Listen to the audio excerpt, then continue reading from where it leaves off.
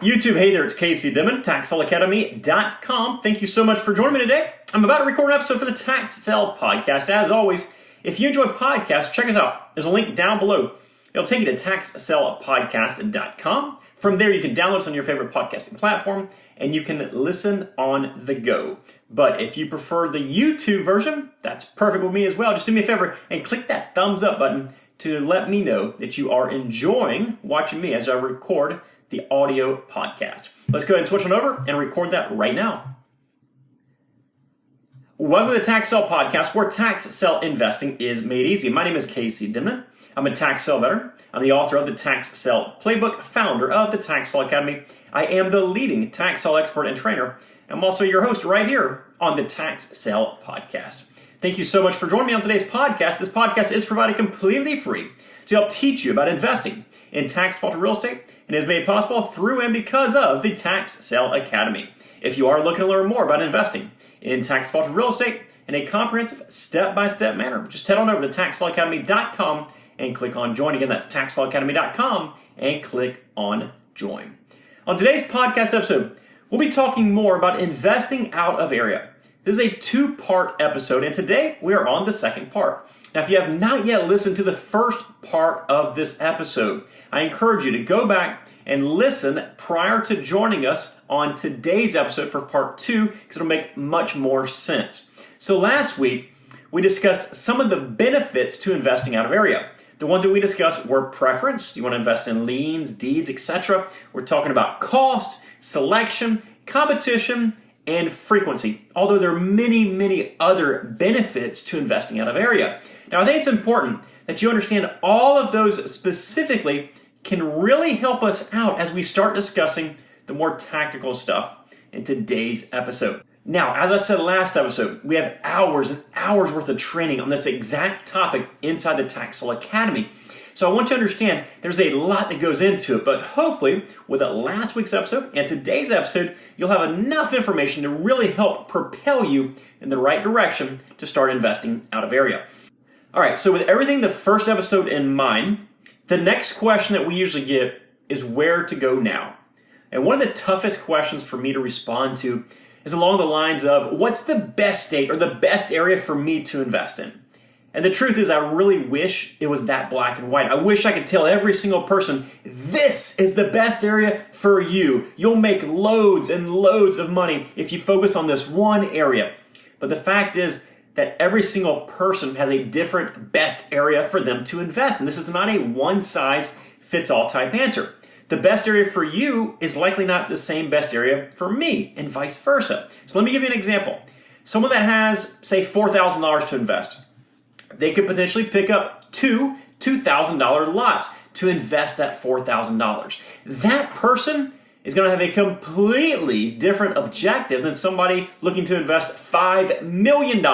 If you took that $5 million investors and you bought those same $2,000 lots, now they're trying to figure out how on earth they're going to manage 2,500 different properties, right? Different objectives. And it's not just about money either.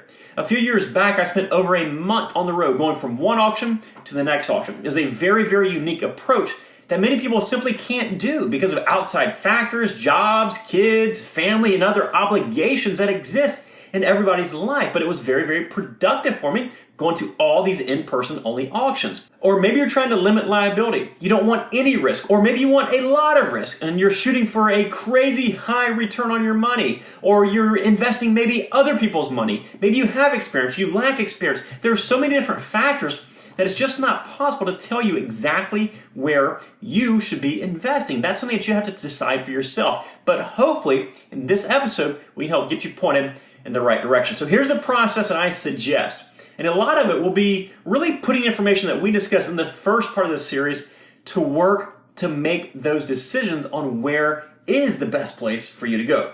First, you must determine the system that you want to invest in. I've got a few videos on this on my YouTube channel, and I also have a great resource for you. It's completely free, but you can find it at TaxSaleAcademy.com/state guide. There's a link down below in the show notes, but it's super easy to remember, TaxSaleAcademy.com/state guide. This provides you with a color-coded breakdown of the states and all the different systems. Choose a system that you want to invest in. Pick your color. If you want to invest in multiple systems, fantastic. But for now, just choose one. Just by this very act of choosing the system that you want to invest in, you're going to be cutting out roughly a half to 2/3 of all the states that exist. The next step is to continue narrowing it down. Look up each specific state that you are potentially interested in and determine their process to make sure that it sits well with you. All tax lien states are not created the same. All tax deed states are not created the same. There are specifics in each state that you must become familiar with. Every state has their own rules, their own processes, their own laws and the statutes that you must understand. Let's say you don't want to have to worry about other private liens like mortgages or mechanic liens. Guess what? New Mexico is probably going to be a state that you don't want to invest in then because those liens will stick.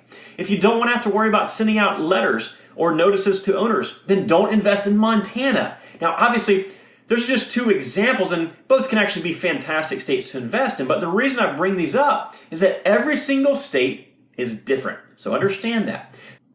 So you've now narrowed down the systems and then the states. Now it's time to look at the individual counties, and this will, of course, take more effort. Generally speaking, as I've mentioned before, I don't invest in the largest counties in a state. They usually have the highest amount of competition, and they end up being a waste of time. I also usually don't invest in the smallest counties where the population is like 113 or something like that. So this still leaves a good number of counties. What you want to do is start your research in those counties. Go to each county that might have potential. Look at their website or place a phone call if need be. Take a look or ask questions about their auctions. Look at the process. Read the frequently asked questions, the future sales list, and most importantly, the previous auction results. From there, you need to determine a few answers to some questions that you should have. How often do they hold their sales? If their tax sales are maybe once a year and it just happened last month, then you probably want to mark it on your calendar and come back in, say, 9 or 10 months and move on for the time being. If they take place monthly or weekly, determine exactly when it happens. When is the next one? When is the next one that you could attend?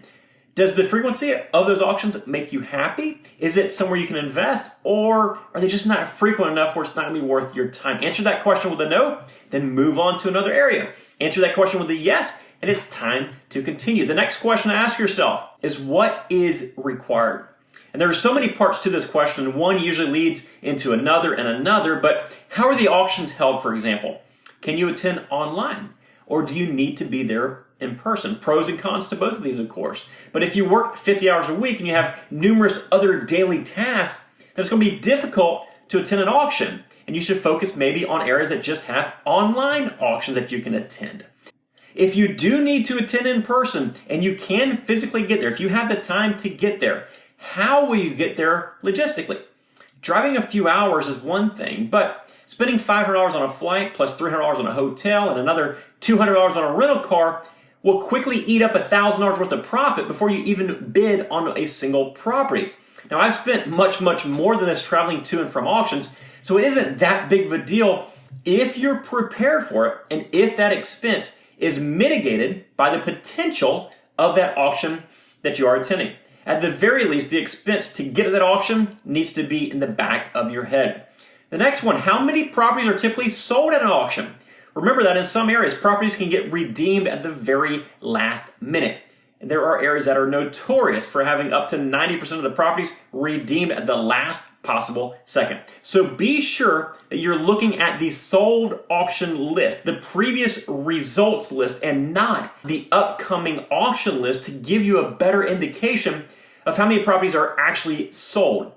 If it comes down to maybe they're selling one property or two properties, then you should probably rethink that county, especially if travel is necessary. What about cost? Take a look at the opening bid amounts and make sure they're well within your budget. Then review the previous results list to make sure that the selling prices are also within your budget. We need to make sure that you can afford to invest in this area before we continue further. Now, once you've made it to this point, one final thing that we should mention are the property types. What kind of variety is there? I've invested in some counties, and I've done absolutely phenomenal in those counties. Then the adjoining county, the one that shares the border, has absolutely nothing but a bunch of junk. So be very careful and do a little bit of research so you know exactly what types of properties they're selling. It's time to dig in a little bit. Take a look at those legal descriptions. Do a little surface level research and see exactly what is selling. The last thing you want to do is spend 6 hours researching only to realize that every single property in that county is worthless, right? Once you've answered these questions, you should have a better idea of whether or not you should be investing in this area or not. As you can see, we're essentially creating a funnel that drops out only the best counties for you to invest in. We start with a very wide target, which is the entire country. Then we narrow it down to a few states, and we narrow it down to some counties, and then we narrow it down to even fewer counties until finally we've narrowed it down to just a handful of counties that you should be investing in.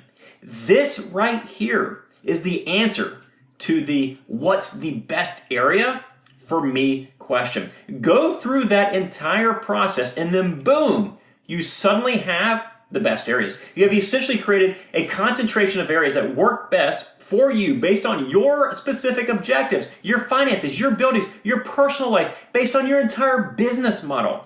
At this point, it's just like investing anywhere else. Now, odds are it'll require quite a bit of effort to do it efficiently, at least at first. You won't know the good areas, the bad areas. You won't know the subdivisions to steer clear of. You won't know the local laws or codes or how to operate all the different websites or all the different resources that are out there. You won't know how to do that efficiently. You have to relearn all this information for every single area that you invest in. It's just part of the game. That's the tough part, right? The good news is, of course, that once you've done it a few times, you'll become familiar with learning and beginning that process in a different area. And you'll get better and better at it for each new area that you start investing in. Then, of course, based on what you learn about the area, it's time to start buying and selling like you would anywhere else. So that's how you invest out of area. So many people are so intimidated by the thought of investing out of area. Now, unless you're just dominating your local market, the truth is that at some point, in order for your tax sale business to grow, most tax sale investors will need to start exploring some other areas. Now, I'm not saying that you must invest in a dozen states like I do, right? But maybe you invest in just another county, maybe 2 counties or 3 counties, or maybe you do want to invest in many, many states. But whatever the case is, focusing on only one local market, when you do that, you're going to put a ceiling on your business, your income, and yourself. So don't be intimidated when it comes to investing out of area. Now, these last couple of podcast episodes have hopefully opened your eyes up to the possibilities that exist if you venture out just a little bit. I truly hope that you do enjoy this podcast and you've enjoyed these episodes. And I'm so grateful that you took the time out to learn from myself. If you have a few seconds to spare today, we really appreciate it if you took the time to leave us a positive review on whatever podcast platform you're listening to us on. And as always, if you're looking to learn more about investing in tax-defaulted real estate, including a significant amount of training on investing out of area, which I've been doing for many, many years now, just head on over to taxsaleacademy.com and click on join. Again, that's taxsaleacademy.com and click on join. Have a wonderful day. Bye-bye.